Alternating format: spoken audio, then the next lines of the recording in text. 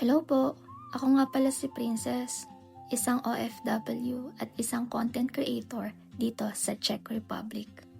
And for today's content, tara samahan niyo ko as we explore one of the beautiful places here in the Czech Republic, Zoo Inverno.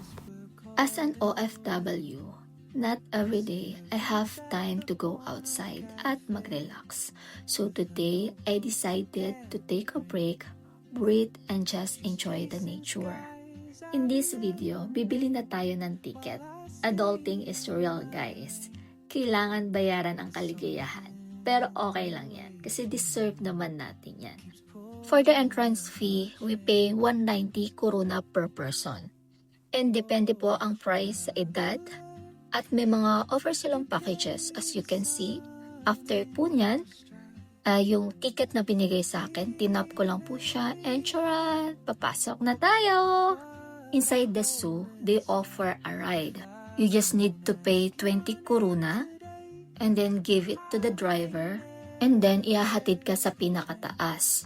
And of course, if you don't like to pay, pwede naman po kayong maglakad, or pumunta sa kung saan nyo gusto. Guys, malawak po siya and hindi naman kayo maliligaw.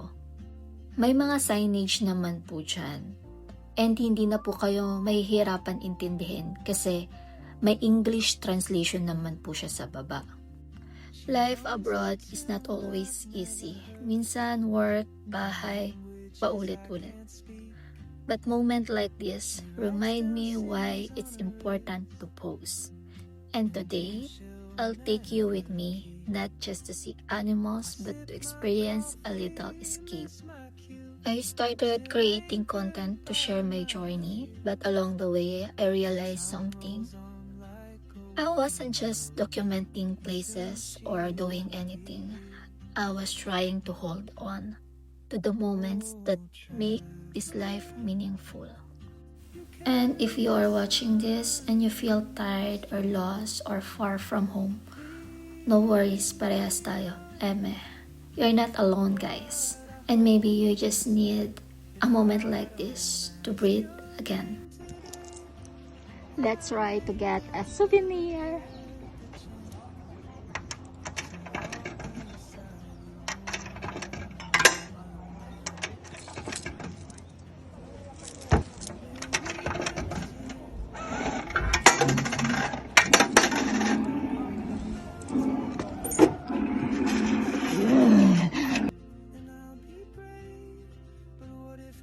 Grabe, ang powerful nila. Just watching them, you can feel their presence. Parang life natin, as OFW, we may look calm outside, but inside, ang dami nating pinaglalaban. Every day, we show strength. Hindi lang para sa sarili, kundi para sa pamilya natin back home. I don't take that step today, you'll vanish with the train. And I'll never see your smile again.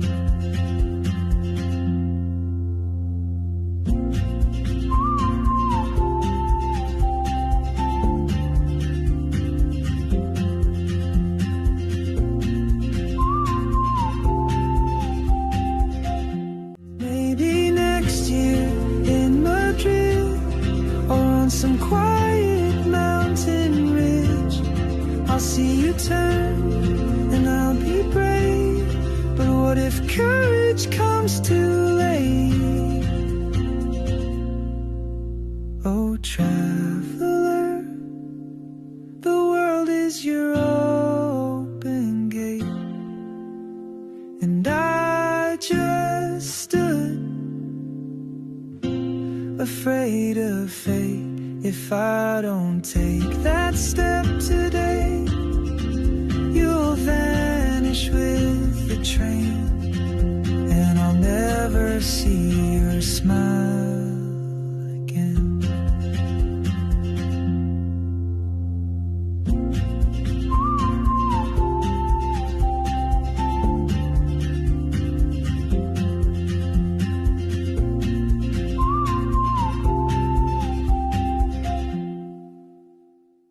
Maybe next year in Madrid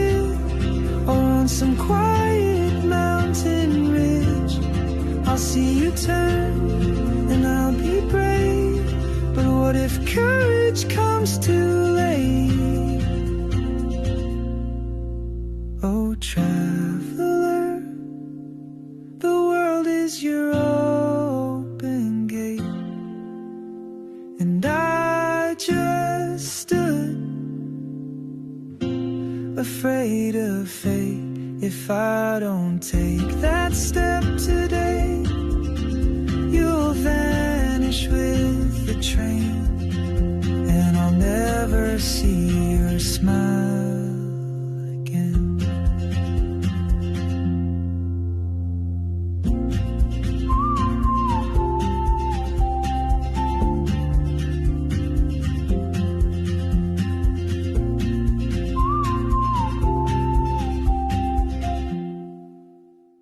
So, hindi ako nag-talk-talk dun sa mga ilang videos ko para, alam niyo yun, ma-feel niyo yung presence ng nature.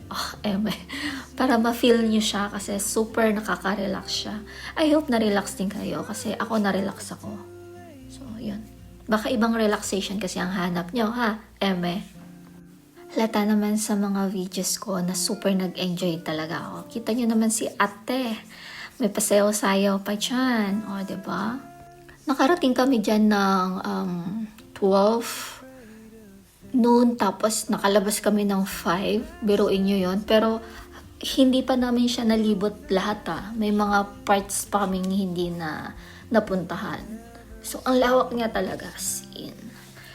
Partida, sumakay pa kami paakyat. Paano pa kaya kung naglakad kami paakyat, tapos pababa, edi kulang yung oras. Super natutuwa ako at the same time super nag-enjoy ako kasi may mga animals na hindi ko pa nakita, tapos first time ko lang siya makita. And every time na naglilipod ako, the whole hours or the whole time na naglilipod ako, iniisip ko yung family ko sa Pilipinas, lalo na yung anak ko na sana makapunta sila dito para marating din nila to, makita din nila to yung nakikita ko. Do, shinare ko naman yung video sa kanila. Pero alam mo yun, parang na-excite ako na makita yung reaction nila, lalo na yung anak ko, na makita yung reaction niya habang naglilibot din. Kasi alam niyo kung ano yung nakakatawa dyan ang nakakatawa sa zoo dito sa Czech Republic is may mga playground sila for kids. At the same time, may mga kainan or mga mini store na pwede kang bumili ng pagkain.